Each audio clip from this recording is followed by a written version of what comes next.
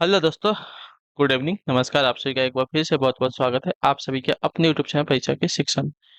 उम्मीद करता हूँ, आशा करता हूँ कि आप सभी जो है स्वस्थ होंगे, कुशल मंगल होगा, अपनी तैयारी जो है बहुत ही बढ़िया अच्छे तरीके से आप सभी कर रहे हैं। तो जो भी क्लास में फर्स्ट टाइम आए हैं, पहली बार आए हैं, नए हैं, उन सभी को बताया हमारे चैनल पे आपकी जो है बीएड प्रवेश परीक्षा 2026 की आपकी तैयारी तो डेली बेसिस पे रेगुलर करवाते हैं। जिससे भी तैयारी पूरी करनी है, कंप्लीट करनी है, चैनल को सब्सक्राइब करके आप लोग हमारे साथ जुड़े हैं। क्लास का समय देखिए, जीके जीएस की जो क्लास है सुबह 10 बजे, रीजनिंग की जो क्लास है दोपहर को 1 बजे, कला की जो क्लास है शाम को 4 बजे, हिंदी की जो क्लास है शाम को 7 बजे आप सभी को देखने को मिलती है। इसी टाइम पर आप सभी क्लास से जुड़ के अपनी तैयारी को पूरा और कंप्लीट करना चाहते हो, ठीक है।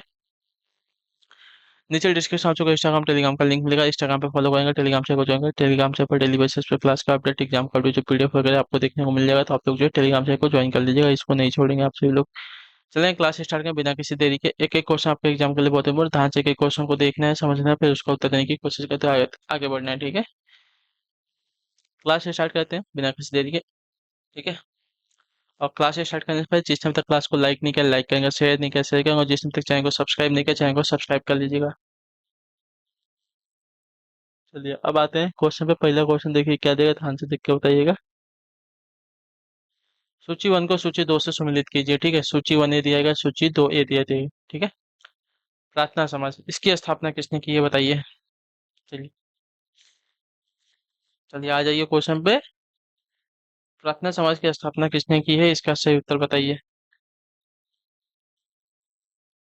तो प्रार्थना समाज की स्थापना अगर देखा जाएगा तो केशव चंद्र की प्रेरणा से आत्मारंग पांडुरंग ने 1867 में की थी, ठीक है। तो इसका मिलान आपका हो जाएगा यहाँ पे दो के साथ, ठीक है। प्रार्थना समाज की स्थापना जो है केशव चंद्र की प्रेरणा से डॉक्टर आत्माराम पांडुरंग ने 1867 ईस्वी में बम्बई में की थी, ठीक है। किंतु इस समाज को प्रसिद्धि दिलाने का जो श्रेय है महादेव गोविंद रानड़े को जाता है, ठीक है, जिन्होंने 1869 ईस्वी में इसकी सदस्यता ग्रहण की थी। चलिए, रामकृष्ण मिशन की स्थापना स्वामी विवेकानंद ने की थी। क्लियर सभी को। चलिए, शोधक समाज की स्थापना ज्योतिबा फुले ने की थी, ठीक है। सत्य शोधक समाज की स्थापना ज्योतिबा फुले ने की थी। और Mohammedan Anglo oriental college Aligarh की स्थापना आपके सर सैयद अहमद खान ने की थी। क्लियर सभी को। चलिए इसका स्क्रीनशॉट ले लीजिए, आगे बढ़ेंगे।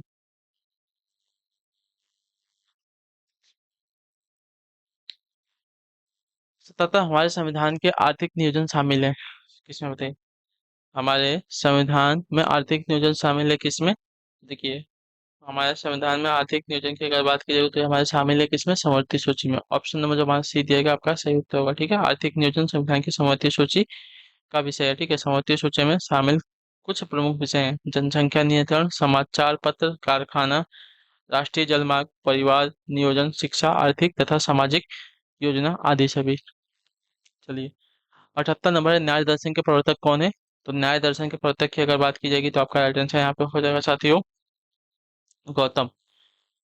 महर्षि गौतम जो है न्याय दर्शन के प्रवर्तक है। तो ऑप्शन नंबर हमारा जो बी दिया गया है 78 पे आपका राइट आंसर हो जाएगा, ठीक है। क्लियर है। चलिए अगले क्वेश्चन को देखें क्या देगा है। 79 नंबर, छतरक शैल विशिष्ट प्रकार की भू आकृतियां हैं जो रिक्त स्थान, मतलब क्या हो जाएंगे। छतरक शैल जो है विशिष्ट प्रकार की भूमियां हैं, भू आकृतियां हैं जो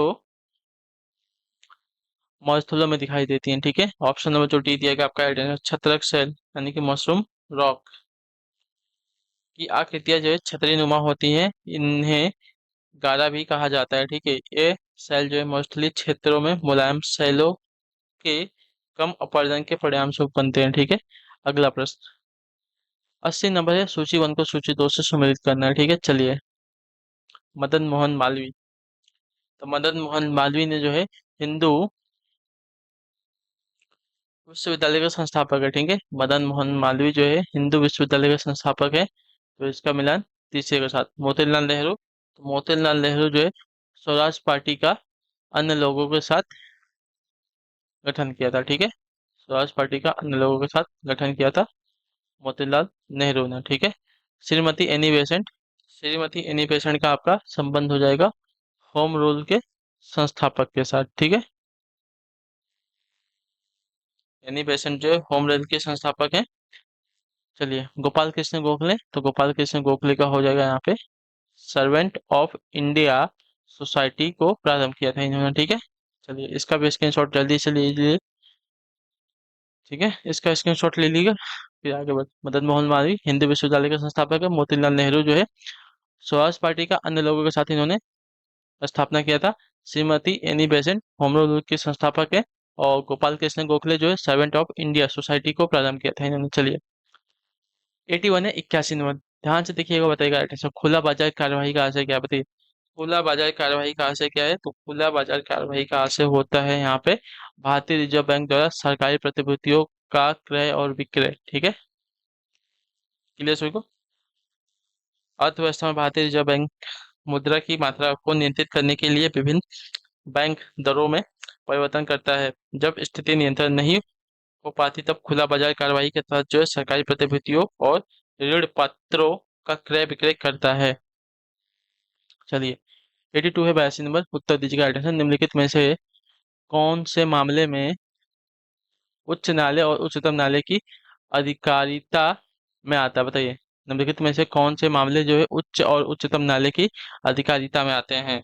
तो इसका राइट आंसर आपका हो जाएगा साथियों यहाँ पे मूल अधिकारों का प्रवर्तन। ठीक है, मूल अधिकारों का प्रवर्तन जो है मामला उच्च न्यायालय और उच्चतम न्यायालय की अधिकारिता में आता है। तो ऑप्शन नंबर हमारा जो दिया गया है सी वाला विकल्प आपका राइट आंसर। अगले क्वेश्चन को देखेंगे, आपका क्या देगा? 83 नंबर। भारतीय इतिहास में 6 अप्रैल 1930 की तिथि जानी जाती है किस रूप में, बताइए।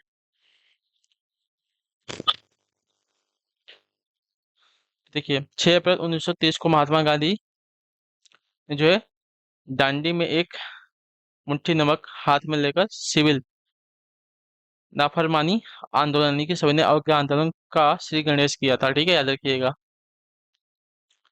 तो महात्मा गांधी द्वारा दांडी मार्च। ठीक है, याद रखिएगा। तो ऑप्शन नंबर जो ये दिएगा आपका राइट है। भारतीय इतिहास में 6 अप्रैल 1930 की तिथि जानी जाती है महात्मा गांधी द्वारा दांडी मार्च के हेतु। अगला प्रश्न आपका है 84 नंबर। महाबलीपुरम के 7 पैगोडे किसके द्वारा संरक्षित कला के साक्षी हैं, बताइए। महाबलीपुरम के 7 पैगोडे किसके द्वारा संरक्षित कला के साक्षी हैं? तो इसका राइट आंसर आपका हो जाएगा यहाँ पे पल्लवों के। ठीक है, ऑप्शन नंबर जो आपका ये दिएगा आपका राइट आंसर महाबलीपुरम के 7 पैगोडा जो है महाबलीपुरम के संरक्षित कला के साक्षी हैं। क्लियर सभी को। यहाँ पे क्या होता है तो देखिए, दक्षिण भारत के महाबलीपुरम में स्थित अप्सरा मंदिरों को सप्त पैगोडे के नाम से जाना जाता है। इनका निर्माण जो है पल्लव वंशीय शासकों के काल में द्रविड़ शैली में हुआ है। ठीक है, अगला प्रश्न 50 नंबर। वह कौन सी या वह कौन तिथि थी? वह कौन तिथि थी जब मुस्लिम लीग ने पाकिस्तान दिवस मनाया, बताइए। वह कौन तिथि थी जब मुस्लिम लीग ने जो पाकिस्तान दिवस मनाया था? तो वह तिथि थी आपकी 23 मार्च 1940 की। ठीक है, नहीं, एक मिनट रुक जाइए। वह तिथि थी आपकी 23 मार्च 1943 की। ठीक है, ऑप्शन में जो आपका डी दिया गया है आपका राइट आंसर होगा। 23 मार्च 1940 को मुस्लिम लीग के लाहौर अधिवेशन की अध्यक्षता जो है मोहम्मद अली जिन्ना ने की थी। ठीक है, जिसमें भारत से अलग एक मुस्लिम राष्ट्र पाकिस्तान की मांग करने हेतु एक प्रस्ताव पारित किया गया। इसी तिथि को जो है 23 मार्च 1943 को मुस्लिम लीग द्वारा पाकिस्तान दिवस मनाया गया था। ठीक है, चलिए 86 नंबर है। जब सीमांत उपयोगिता शून्य हो तब कुल उपयोगिता क्या होती है? तो देखिए जब सीमांत उपयोगिता शून्य हो तो कुल उपयोगिता जो है आपकी हो जाएगी यहाँ पे अधिकतम। ठीक है, तो ऑप्शन नंबर आपका सी दिएगा आपका राइट आंसर। जब सीमांत उपयोगिता शून्य होती है तब कुल उपयोगिता आपकी अधिकतम होती है। क्लियर है, तो ऑप्शन नंबर हमारा जो सी दिया गया है राइट आंसर होगा। अगला प्रश्न है आपका 87। समस्त पृथ्वी पर 2 तारीखों समस्त पृथ्वी पर 2 तारीखें जब रात और दिन समान अवधि के होते हैं वह क्या होती है, बताइए। तो वो आपकी इक्विनोकेलेज होती है। ठीक है, ऑप्शन नंबर जो ये दिएगा आपका राइट आंसर हो जाएगा। समस्त पृथ्वी पर 2 तारीखें जब रात और दिन समान होती अवधि के होते हैं तो उसे जो है इक्विनोक्लेज कहते हैं। क्लियर सभी को। तो ऑप्शन नंबर जो ये दिया गया आपका राइट आंसर हो जाएगा। ठीक, क्लियर। प्रत्येक वर्ष पृथ्वी पर जो 21 मार्च तथा 23 सितंबर की जो दिन और रात की अवधि होती है समान होती है। ये दोनों स्थितियां विषुव और इक्विनोक्लेज कहलाती हैं। ठीक है, विषुवी। चलिए 88 नंबर है। बताइएगा मयूर सिंहासन पर बैठने वाला अंतिम मुगल सम्राट कौन था? तो देखिए मयूर सिंहासन पर बैठने वाला अंतिम मुगल सम्राट की अगर बात करेंगे तो आपका राइट आंसर यहाँ पे हो जाएगा मोहम्मद शाह था। ठीक है, ऑप्शन नंबर आपका बी दिया गया आपका राइट आंसर होगा। मयूर सिंहासन का निर्माण जो है शाहजहां द्वारा किया गया था। ठीक है, और इस पर बैठने वाला अंतिम मुगल शासक जो है मोहम्मद शाह था। ठीक है, चलिए, अगले क्वेश्चन को देखेंगे। आपका है 89 नंबर। प्रायद्वीपीय प्रदेश का सबसे बड़ा नदी तंत्र कौन सा, बताइए। प्रायद्वीपीय प्रदेश का सबसे बड़ा नदी तंत्र कौन सा है? तो प्रायद्वीपीय प्रदेश का सबसे बड़ा नदी तंत्र आपका जो दिया गया यहाँ पे गोदावरी है। ऑप्शन नंबर आपका ये दिया गया, आपका राइट आंसर होगा। ठीक है, क्लियर। गोदावरी नदी को जो है प्रीति गंगा के नाम से भी जाना जाता है और इसकी कई सहायक नदियां हैं। ठीक है, बहुत सारी सहायक नदियां हैं। चलिए, 90 नंबर है। संघीय संसद यानी कि फेडरल पार्लियामेंट की संयुक्त बैठक किस लिए बुलाई जा सकती है, बताइए। संघीय संसद की बैठक, संयुक्त बैठक जो है किस लिए बुलाई जा सकती है? तो जब किसी गैर वित्तीय विधेयक पर संसद के दोनों सदनों में गतिरोध उत्पन्न हो जाते हैं तो संविधान के अनुच्छेद 108 के अनुसार उसके समाधान के लिए राष्ट्रपति द्वारा संसद की संयुक्त बैठक जो है बुलाई जा सकती है। याद रखिएगा। ठीक है, तो किसी गैर वित्तीय विधेयक पर दोनों सदनों में गतिरोध के समाधान हेतु, ठीक है, राष्ट्रपति द्वारा जो है संघीय संसद की बैठक जो है संयुक्त बैठक बुलाई जा सकती है। अगला क्वेश्चन है आपका 91 नंबर। निम्नलिखित में से सही जोड़े को बनाइए। ठीक है, त्योहार दिया गया, राज्य दिया गया। त्योहार कहाँ का है? देखिए, बिहू। बिहू त्योहार का संबंध आपका असम से है। ठीक है, चलिए। ओणम त्योहार का संबंध जो है आपका केरल से दिया गया है। ठीक है, चलिए। पोंगल त्योहार का संबंध आपका किससे दिया गया? तो पोंगल जो है तमिलनाडु, बैसाखी आपका पंजाब। ठीक है, सबका मिलान सामने सामने दिया गया है, तो सभी सही है। ठीक है, चलिए। अगला प्रश्न देखेंगे। आपका है 92 नंबर। भारत के उत्तरी मैदानों की मृदा समानता कैसी बनी होती है? चलिए, इसका स्क्रीनशॉट लिया कि नहीं सभी ने? जल्दी से इसका स्क्रीनशॉट ले लेंगे, बहुत ही इंपॉर्टेंट क्वेश्चन है। ठीक है, बिहू असम का त्योहार है, ओणम जो है केरल का है, पोंगल जो है तमिलनाडु का, बैसाखी पंजाब का। ठीक है, चलिए। भारत के उत्तरी मैदानों की मृदा समानता कैसी बनी हुई है? बताइए। भारत के उत्तरी मैदानों की जो मृदा है यानी कि मिट्टी है, समानता कैसे बनी है? तो यह जो है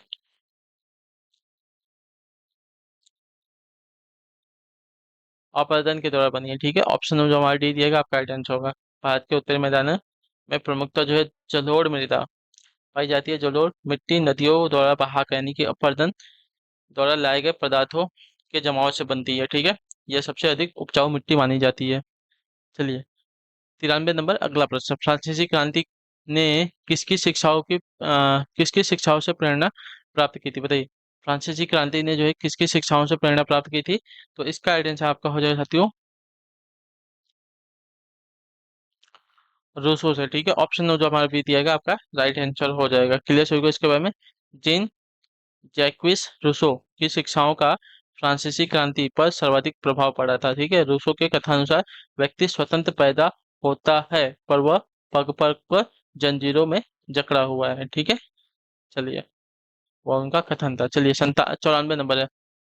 भारतीय संविधान ने भारतीय महासंघ की योजना किसके संविधान से ली थी, बताइए। भारतीय संविधान ने भारतीय महासंघ की योजना जो है किसके संविधान से ली थी? तो इसका आइडेंस आपका हो जाएगा साथियों यहाँ पे, भारतीय संविधान में संघीय शासन व्यवस्था जो है महासंघ की योजना से ली थी ना, महासंघ जो है। तो आपका आइडेंस हो साथियों कनाडा से। ऑप्शन नंबर हमारा भी दिएगा आपका आइडेंस होगा। ठीक है, भारतीय संविधान में संघीय शासन व्यवस्था यानी कि महासंघ की योजना को जो है कनाडा के संविधान से लिया गया है। ठीक है, याद रखिएगा। अगला प्रश्न आपका 95 नंबर। श्रम का बंटवारा नियंत्रित होता है कैसे, बताइए। श्रम का जो बंटवारा है कैसे नियंत्रित होता है? तो श्रम का बंटवारा जो है नियंत्रित होता है साथियों आपका श्रमिकों की संख्या से। ठीक है, ऑप्शन नंबर हमारा ये दिया गया आपका राइट आंसर होगा। श्रम का बंटवारा जो है श्रमिकों की संख्या से नियंत्रित होता है। अगले प्रश्न को देखेंगे। आपका क्या है 96। अंडमान द्वीप समूह और निकोबार द्वीप समूह निम्नलिखित में से किसके द्वारा एक दूसरे से अलग किए गए हैं, बताइए। अंडमान द्वीप समूह और निकोबार द्वीप समूह जो है निम्नलिखित में से किसके द्वारा अलग किए गए हैं? तो यह जो है 10 डिग्री चैनल से। ठीक है, ऑप्शन नंबर हमारा ए दिया गया आपका राइट आंसर होगा। अंडमान और द्वीप समूह और निकोबार द्वीप समूह जो है 10 डिग्री चैनल से अलग किए गए हैं। अगला प्रश्न देखेंगे। आपका है क्या 97 नंबर। उत्तर दीजिएगा राइट आंसर। संविधान में संशोधन नहीं किए जा सकते। संविधान में संशोधन नहीं किए जा सकते कैसे? तो देखिए, संविधान में संशोधन जो है नहीं किए जा सकते जनमत संग्रह से। ठीक है, ऑप्शन नंबर जो आपका डी दिया गया है आपका राइट आंसर होगा। जनमत संग्रह से जो संविधान में संशोधन नहीं किए जा सकते, याद रखिएगा। ठीक है, लोकसभा और राज्यसभा के साधारण बहुमत से हो सकता है। संसद सदस्यों के 2/3 बहुमत से हो सकता है। संसद सदस्यों के 2/3 व राज्यों के 1/3 बहुमत से जो है संविधान में संशोधन हो सकता है, लेकिन जनमत संग्रह से जो है नहीं हो सकता, याद रखिएगा। चलिए, 98 में भक्ति संस्कृत का भारत में पुनर्जन्म हुआ था। वैदिक काल में 10वीं शताब्दी में, या चलिए 12वीं शताब्दी ईसा पूर्व में, या 15वीं और 16वीं शताब्दी ईसा पूर्व में, ईस्वी में, ईसा पूर्व में नहीं, ईस्वी में। तो इसका राइट आंसर साथियों 12वीं शताब्दी ईस्वी में हुआ था। ठीक है, ऑप्शन नंबर जो सी दिया गया आपका राइट आंसर हो जाएगा। ठीक है, भक्ति आंदोलन का पुनर्जन्म 15वीं 16वीं सदी में, अच्छा 15वीं 16वीं सदी में हुआ था। चलिए, तो डी वाला राइट होगा, सी वाला नहीं। ठीक है, डी वाला राइट होगा। भक्ति आंदोलन का पुनर्जन्म जो है 15वीं 16वीं सदी ईस्वी में हुआ है, जब इसके नेतृत्व की बागडोर जो है कबीर, नानक, तुलसी, सूर एवं मीराबाई ने संभाली थी। ठीक है, चलिए अगला आपका साथियों है 3 नंबर। सी ऑफ ट्रंक्विलिटी स्थित है कहाँ पर? थे सी ऑफ ट्रंक्विलिटी कहाँ पर स्थित है? तो सी ऑफ ट्रंक्विलिटी जो है कहाँ पर स्थित है? तो इसका राइट आंसर हो जाएगा साथियों चंद्रमा के पश्चिमी भाग में। ठीक है, तो चंद्रमा पर स्थित है। ऑप्शन नंबर हमारा जो सी दिया गया आपका right answer, C of tranquillity चंद्रमा के पश्चिमी भाग में विशाल मात्रा में धूल के कण का मैदान है। ठीक है, इसे शांति का सागर यानी कि सी ऑफ ट्रैंक्विलिटी कहते हैं। ठीक है, चलिए 100 नंबर। भारत में हरित क्रांति का सर्वाधिक प्रभाव किस फसल पर पड़ा था? तो गेहूं पर पड़ा था। ऑप्शन नंबर जो ए दिया गया आपका राइट आंसर होगा। ठीक है, और इसके जनक कौन है भारत में? तो हरित क्रांति के जनक जो है आपके नॉर्मन ई बोरलॉग को कहा जाता है। लेकिन भारत में जो है,